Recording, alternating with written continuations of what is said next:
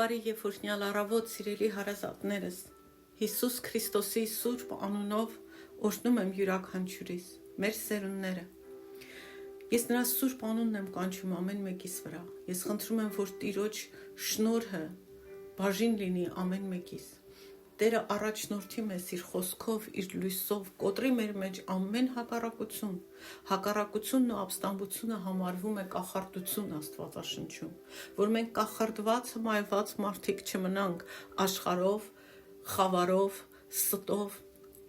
այլ Աստծո խոսքը ու ճշմարտությունը ընդունենք։ Հիսուսի անունով աղոթեցի։ Ամեն։ Անդրադառնում ենք Հռոմեացիների նամակի ընթերցանության ու մեկնաբանության շարունակությանը ըստ իմ հովիվ Էբո Էսելի։ Թող Տերը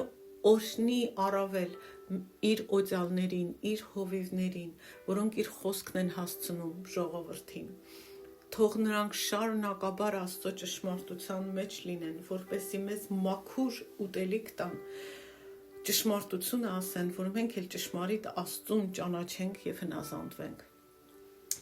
Այսօր սկսելու ենք Հռոմեացիների առաջին գլխի 18-րդ խոսքի մեկնաբանությունը, բայց նախ պիտի կարդանք ամբողջ հատվածը 18-ից 32 խոսքերը։ Եվ ես ուզում եմ սկսեմ զգուշացումով, որ երբ կարդում ենք սա, ոչ թե մտածենք սա վերաբերում է բոլորին բացի ինձանից, բոլորը իսկապես այսպես մեղավոր են եւ արժանի են Աստծո դատաստանին, բայց ես լավն եմ, սա մեր բնական մարդկային մոտեցումն է։ Առաջին անգամ ես որ կարդացի, նույն կերպ էի մտածում։ Երկրորդ անգամ, երրորդ անգամ եւս, բայց ես խնդրում եմ, որ մենք մոտենանք հասկանալով, որ այս հատվածում Պողոսը ամբողջ մարդկությանը բերում է Աստծո դատաստանի գահի առաջ եւ ասում է, որ բոլորս ենք մեղավոր, բոլորս։ Այստեղ չի, հետո մեղքեր կան թվարկված, ասածս ինչ է,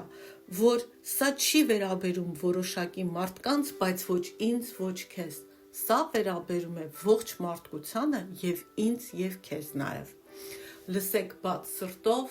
եւ թող Սուրբ Հոգին անի մնացած աշխատանքը, որ անհրաժեշտ է գտնում ըստ ամեն մարդու հասկացողության։ Մարդկությունը առանց Քրիստոսի, որովհետեւ Աստծո բարկությունը երկնքից հայտնվում է մարդկանց ամեն ամբարշտության եւ անիրավության վրա,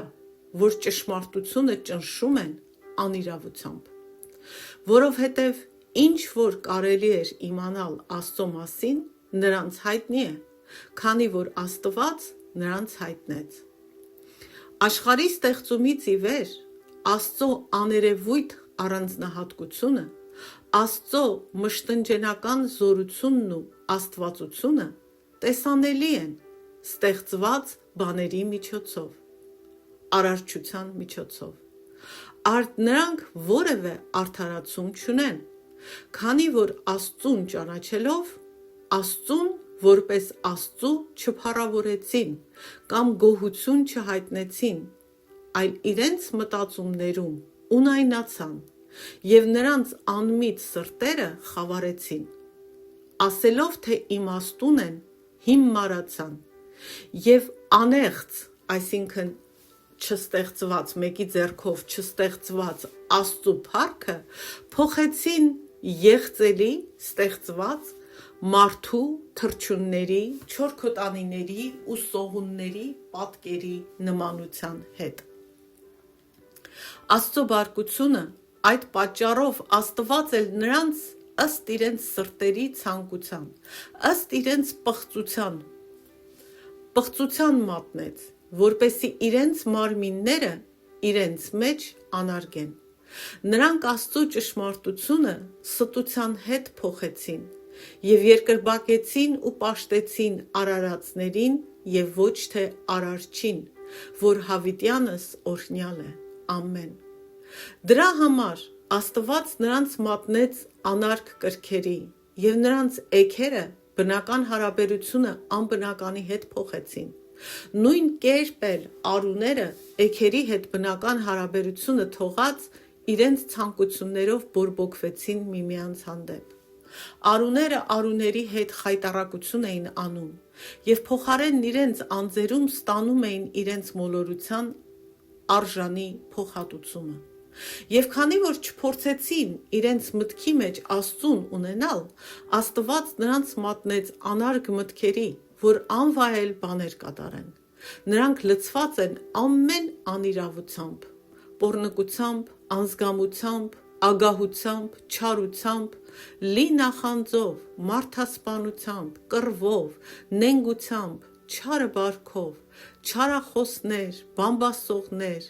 Աստված ատողներ, անարգողներ, ամբարտավաններ, գոռոզներ, չար բաներ հնարողներ, ծնողներին չհնազանդվողներ, անմիտներ, ուխտադրուժներ, անգութներ, անհաշտներ, անողորմներ։ Նրանք իմանալով Աստծու արդար դատաստանը, որ այսպիսի բաներ կատարողները մահվան են արժանի, ոչ միայն անում են այս բաները, այլ անողներին էլ հավանություն են տալիս։ Նորից եմ ասում, այստեղ թվարկված մեղքերը եկեք չվերագրենք ուրիշներին։ Այստեղ ամբողջ իմաստը նա է, որ մենք բոլորս մեղքի մեջ ենք։ Դու գուցե հոմոսեքսուալ չես, բայց եթե մենք ճշմարիտ Աստծուն չենք պաշտում, մենք կռապաշտության մեջ ենք, մենք հոգևոր պոռնկության մեջ ենք։ Եթե մեզ համար կարևորը մեր հարստությունն է, մեր ստատուսն է, մեր անունն է, անգամ մեր ընտանիքն է Աստծուց առավել, մենք այդ նույն սեռական անբարոյականության մեջ ենք, բայց այս անգամ Աստծուն ենք դավաճանում։ Պարտադիր չի, որ այստեղ թվարկված ամեն մեղքը մենք գործած լինենք, բանը նրանումն է, որ այս մեղքերը կատեգորիաներ են ներկայացնում, հա? Եվ բոլորս նման մեղքերի մեջ ենք, բոլորս, ողջ մարդկությունը։ Եվ սա Աստծո դատաստանն է, որտեվ Աստծուն, որպես Աստծու չընդունեցինք եւ չպատվեցինք այնպես, ինչպես արժանի է, եւ նա թույլ է տվել, որ այս դատաստանը, որ վերջնական դատաստանը չի, գա մեր սրտեր եւ մենք այսպես ապականվենք։ Որտեվ ոչ միայն անում ենք այս չար բաները, այլ նաեւ հավանություն ենք տալիս անողներին, արդարացնում ենք։ Անցյալ դասը ավարտեցինք Հռոմեացիների առաջին գլխի 16-ից 17 համարների բացատրությամբ։ Նախկին դասերը լսեք, խրախուսում եմ։ Դրանցում Պողոսն ասում է. «Ես չեմ ամաչում ավետարանից, որտև այն Աստծո զորությունն է փրկության համար, յուրաքանչյուր հավատացողի համար, նախ հրեայի, ապա նաև հույնի, այսինքն հեթանոսների համար»։ Այսպիսով Պողոսը ընդգծում է, որ ավետարանը միակ միջոցն է, որով Աստված փրկում է մարդկությանը մեղքից եւ դրա հետևանքներից։ Ավետարան ասելով ի նկատի ունենք Քրիստոսին, Քրիստոսի մարդ դառնալը, գալը, այն ամենը, ինչ սովորեցրեց, իր մեր մեղքեր վերցնելը, մեր փոխարեն խաչը բարձրանալը, Աստծո ցասման բաժակը խմելը, մահանալը, խաչվելը, հարություն առնելը եւ երկինք համբարձվելը։ Ես չեմ ամաչում ավետարանից, որտև այն Աստծո զորությունն է փրկության համար։ Ասեցինք նաև, որ փրկություն բառը նշանակում է ազատագրում մեղքից եւ դրա հետևանքներից։ Սա փրկության համատեքստային իմաստն է։ Այն վերաբերում է մեղքի հետևանքներից ազատագրմանը։ Իսկ որոնք են մեղքի հետևանքները։ Դրանք ունեն 4 կողմ։ Առաջինը բաժանումն է։ Մեղքը մեզ բաժանում է Աստծուց։ Մեղքը կարծես լեռ լինի մեր ու Աստծո միջև, անասանելի, անանցանելի է։ Երկրորդը մեղքի պատիժն է։ Մենք հենց նոր կարդացինք, որ մարդիկ գիտեն, ամեն մարդ դու էլ գիտես, Աստծո արդար դատաստանը, որ այս բաներ գործողները արժանի են մահվան։ Աստվածաշունչն ասում է մեղանչող հոգին պետք է մեռնի։ Մեղքի վարձքը մահն է։ Իմ ու քո վարձքը մահն է։ Ու նկատի չունենք ֆիզիկական մահը միայն։ Դա մեղքի պատիժն է։ Եվ մեղքի պատիժը ունի 2 կողմ՝ ժամանակավոր, այսինքն այս կյանքում, եւ հավիտենական։ Հա, օրինակ, եթե մեկը հանցագործություն է գործում, կարող է բանտարկվել։ Կան մարդիկ, ովքեր ցմահ բանտարկված են։ Սա Աստծո կողմից հաստատված պատժի մի մասն է մեղքի համար, որ տեղի է ունենում այս կյանքում։ Եվ կա նաև մեղքի հետևանքի հավիտենական կողմը, հավիտենական դատաստանը, որը տեղի կունենա, երբ Հայր Աստված իր որոշած օրը կանչի բոլորիս դատաստանի։ Երրորդ կողմը դա մեղքի զորությունն է։ Մեղքը Աստվածաշնչում նկարագրվում է որպես անձնավորություն։ Սա կտեսնենք 6-րդ գլխում, որպես անձնավորված Տեր, որ վերահսկում ու իշխանություն է գործադրում մեր վրա։ Մեզ թվում է, թե մենք մեր ցանկությամբ ենք անում, բայց նա Տեր է, նա իշխանություն ու զորություն ունի մեզ վրա։ Մենք դառնում ենք մեղքի ստրուկը ընտրություն չունի։ Որպես Աստծո շնորհից դուրս մարդիկ մենք անզոր ենք մեղքի առաջ։ Մեղքի օրենքը գործում է մեր էության մեջ, որտեղ մենք բնույթով մեր էությամբ Ադամից ու Եվայից այդ անկման պահից սկսած մեղավոր ենք։ Մենք չենք կարող չմեղանչել։ Մարդու կամքը չի կարող ընտրել արդարությունը, սրբությունը, եթե չլինի Աստծո վերստին ծնող, փոխակերպող աշխատանքը, որ նա անում է նրանց կյանքում, ովքեր ընդունում են Հիսուս Քրիստոսին եւ անում է Սուրբ Հոգով։ Ուրեմն մենք բոլորս մեղավորներ ենք։ Իսկ ինչու ենք մեղավորներ։ Որովհետև մեղքը Տեր է մեզ վրա եւ իր զորությունն է գործադրում մեր վրա։ Իսկ փրկությունը Հիսուս Քրիստոսով, երբ մենք ընդունում ենք Հիսուս Քրիստոսին, այն բերում է մեզ այն վիճակին, որ մենք ընդունում ենք Հիսուս Քրիստոսին, կներեք, եւ Աստված շարունակաբար ազատագրում է մեզ մեղքի զորությունից, որպեսզի մենք այլևս մեղքի զորության տակ ստրուկ չլինենք։ Մեղքը դադարում է իշխանություն ունենալ մեզ վրա, դադարում է իր կամքը մեզ թելադրել, փորձում է, բայց արդեն իրավունք եւ իշխանություն չունի, երբ մենք Քրիստոսին ենք պատկանում։ Եվ վերջապես չորրորդը, Աստված ի վերջո կազատի մեզ մեղքի ներկայությունից։ Մեղքը ներկա է աշխարհում, մեղքը ներկա է մեր շուրջ բոլորը դեռ։ Սա վերաբերում է երկու բանի։ Մեր մարմնի փրկագնմանը։ Այն մարմինը, որ մենք հիմա կրում ենք այս երկրում, ըստ Հռոմեացիների 8-րդ գլխի կոչվում է մեղքի մարմին։ Մահվան մարմին, այսպիսով Աստված այն կփոխարինի մեզ նոր մարմին, փառավորված մարմին տալով։ Եվ Աստված կավարտի նաև փրկության գործը մեր շնչում, ոչ թե այն օդը, որ շնչում ենք, չէ։ Շունչը մեր էության մի մասն է, որի մեջ գտնվում է մեր կամքը, մեր միտքը, մեր զգացմունքները, մեր ցանկությունները, որտեղ դրանք դեռ փրկագնված չեն։ Դրա համար Աստված շունչը ասում է. նորոգեք ձեր միտքը Աստծո խոսքով։ Դրանք դեռ վերջնական փրկագնման չեն ենթարկվել։ Աստված մեր այդ շունչը կհասցնի Քրիստոսի կատարելությանը, երբ մենք իր հետ լինենք։ Մենք ընթացք ենք անցնում։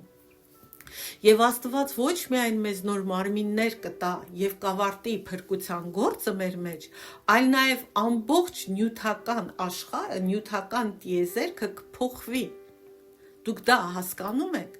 Այն ինչ հիմա տեսնում ենք չի լինելու այնպես ինչպես կա, որտեվ ողջ արարչությունը մեղքի պատճառով փտում է, մահանում է։ Սա պիտի անցնի գնա, որ Աստված նորը բերի։ Պատկերացնում եք դա։ Ինչպիսի զորավոր գործ է անում մեր Աստված։ Այսպիսով սա է փրկության ամբողջ հասկացությունը, ազատագրում մեղքի զորությունից,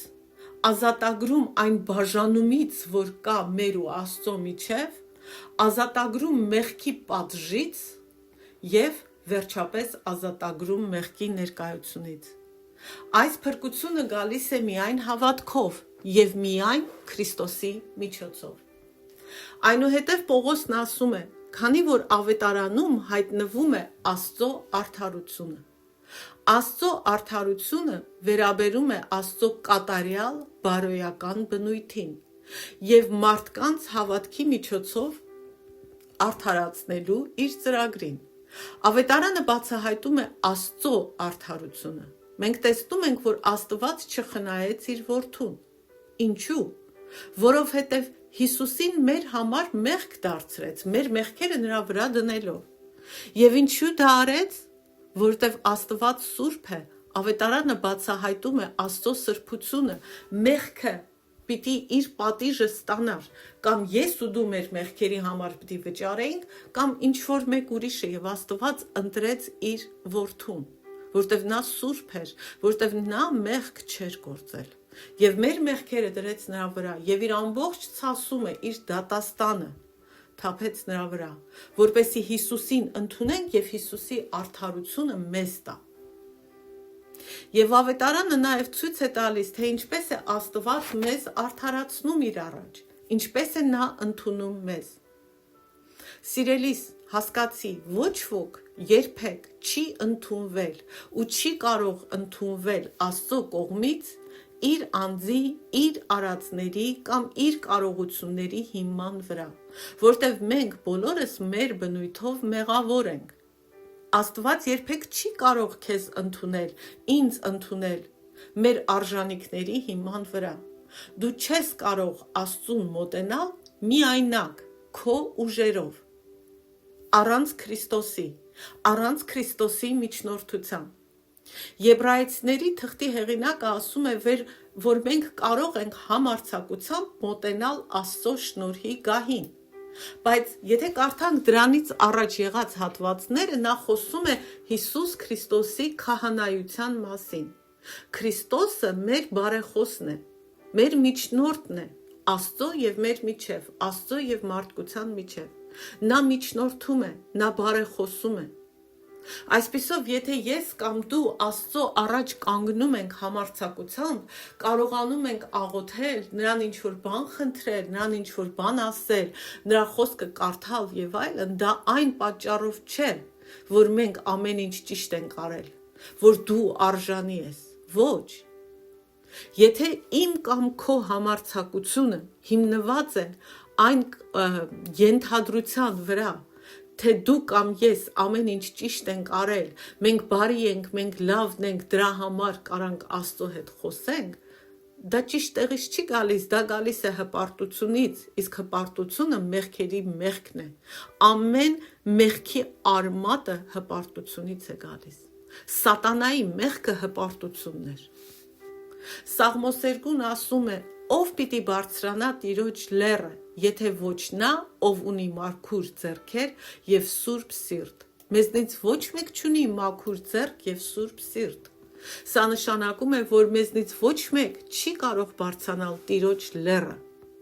որտեղ Երեմիա մարգարեությունում էլ ասվում է, որ մարդու սիրտը չափազանց չար է եւ լի անօրենությամբ։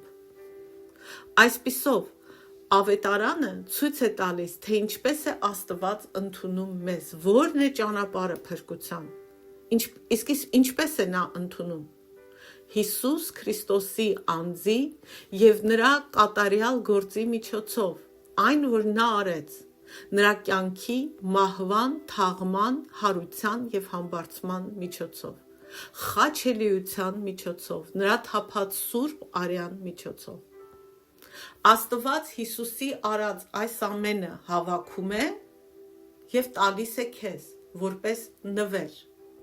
պարգև, դա կոչվում է Աստծո շնորհ, մի նվեր, որ տրվում է անարժանի, ես ու դու անարժան ենք, եւ Աստված դա տալիս է նվեր, եթե մենք գալիս ենք եւ խնդրում ենք։ Երբ Հիսուսը եկավ, նա միակ մարդն էր, որ կատարյալ կերպով կատարեց Աստծո օրենքը։ Եվ Հիսուսի այդ արդարությունն է, որ Աստված տալիս է ինձ ու քեզ, եթե ընդունում ենք Հիսուս Քրիստոսին։ Այսինքն մեզնից չի կախված։ Այսպիսով, երբ դու կամ ես Հիսուս Քրիստոսի մեջ ենք, Աստված քեզ ընդունում է ոչ թե քո արածների պատճառով, ոչ թե քո արժանինքների պատճառով, այլ այն բանի համար, ինչ Քրիստոսը արեց խաչի վրա։ Եվ Պողոսը սկսում է զարգացնել այս միտքը 18-րդ համարից սկսված, որը մենք կշարունակենք վաղը։ Այսքանը այսօր, Աստված օրհնի ձեզ։ Կարդացեք Հռոմեացիների նամակը։ Այն ամբողջությամբ բացատրում է ավետարանը։ Կարդացեք մոտենալով որպես մեղավոր, ոնց որ այն մաքսավորը, որ աղոթում էր, ասում էր Տեր, ների մեղավորես։ Կարդացեք ճանաչելու իրական Աստծուն, իրական դատաստանը, ինչպիսին է Աստծո մոտեցումը մեղքի եւ մեղավորի հանդեպ առանց Հիսուս Քրիստոսի եւ ինչպիսին է նրա մոտեցումը Հիսուս Քրիստոսով։ Աստված օրհնի ու պահպանի։ Ամեն։